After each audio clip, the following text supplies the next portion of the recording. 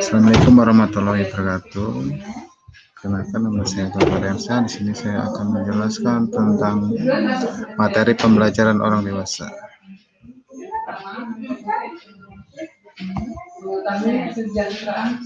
Yaitu materi pembelajaran orang dewasa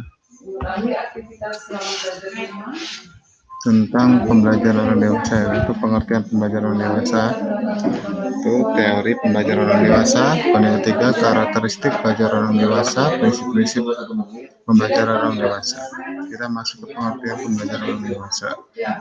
Pengertian pembelajaran orang dewasa yaitu dalam arti andrologi.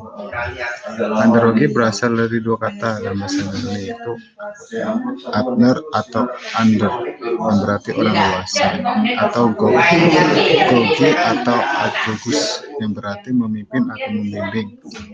Jadi, andrologi dapat diartikan sebagai memimpin atau membimbing orang dewasa. Poin yang kedua yaitu teori pembelajaran orang dewasa menurut Knowles. Menurut Knowles, pada tahun 1913 sampai 1997 merupakan seorang pendidik asal Amerika Serikat. Ia dikenal dengan teori tentang pendidikan orang dewasa atau yang bisa disebut dengan andrologi. Menurut Knowles, andrologi adalah seni dan ilmu pembelajaran orang dewasa. Karena itu, andrologi memacu pada skala bentuk pembelajaran orang dewasa. Yang poin ketiga yaitu karakteristik belajar orang dewasa. Pada tahun 1980, Knowles membuat 4 asumsi tentang karakteristik pembelajaran dewasa yang berbeda dari asumsi tentang karakteristik pembelajaran anak.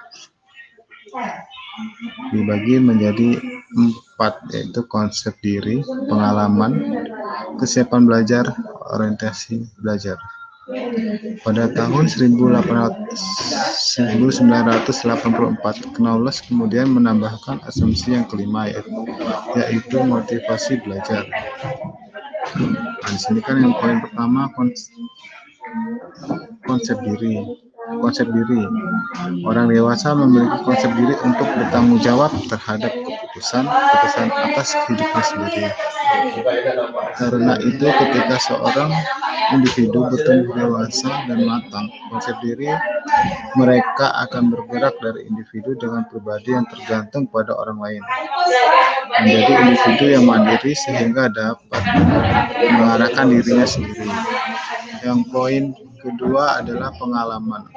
Orang dewasa memiliki pengalaman yang lebih banyak dan beragam daripada anak-anak melalui pengalaman tersebut. Orang dewasa memperoleh identitas diri. Karena itu, pengalaman yang diperoleh dapat menjadi sumber belajar yang berharga bagi orang dewasa. Kesiapan belajar. Pada saat manusia dewasa, kesiapan untuk belajar semakin meningkat, berorientasi pada tugas-tugas yang berkembang dari peran sosial di masyarakat. Dengan demikian, orang dewasa sudah memiliki kesiapan untuk mempelajari hal-hal yang perlu diketahui dan hal-hal yang dapat dilakukan agar dapat mengatasi segala situasi di kehidupan nyata secara efektif. Yang selanjutnya, orientasi belajar. Sebagai individu yang dewasa dan matang, spesifik waktu orang dewasa berubah dari penerapan pengetahuan yang tidak seketika menjadi penerapan segera. Karena itu, orientasi belajar dari orang dewasa pun bergeser dari yang mulanya berpusat pada mata pelajaran menjadi berpusat pada masalah. Yang poin kelima, motivasi belajar. Semakin dewasa dan matang seseorang, maka dorongan belajar akan lebih berasal dari dalam diri, yaitu motivasi internal, keinginan untuk dapat meningkatkan kepuasan kerja, harga diri, kualitas hidup, dan sebagainya menjadi motivator yang paling aktif. Yang ketiga, poin keempat adalah prinsip-prinsip pembelajaran orang dewasa. Dalam Knowles, pada tahun 1984 menyarankan 4 prinsip yang diterapkan pada pembelajaran orang dewasa, yaitu keterlibatan, pengalaman berpusat pada masalah, relevansi, dampak bagi kehidupan, keterlibatan. Yang poin keterlibatan yaitu orang dewasa perlu dilibatkan dalam perencanaan dan penilaian pada saat pembelajaran. Yang poin kedua, pengalaman termasuk kesalahan menjadi dasar pada aktivitas pembelajaran, relevansi dan dampak bagi kehidupan. Orang dewasa paling tertarik untuk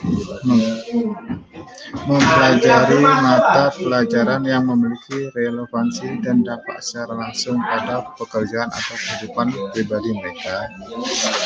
Yang keempat, berpusat pada masalah. Pembelajaran orang dewasa lebih berpusat pada masalah daripada berorientasi pada konten. Nah, sekian penjelasan dari saya. Jika ada kata-kata saya kurang jelas, saya terima kasih. Assalamualaikum warahmatullahi wabarakatuh.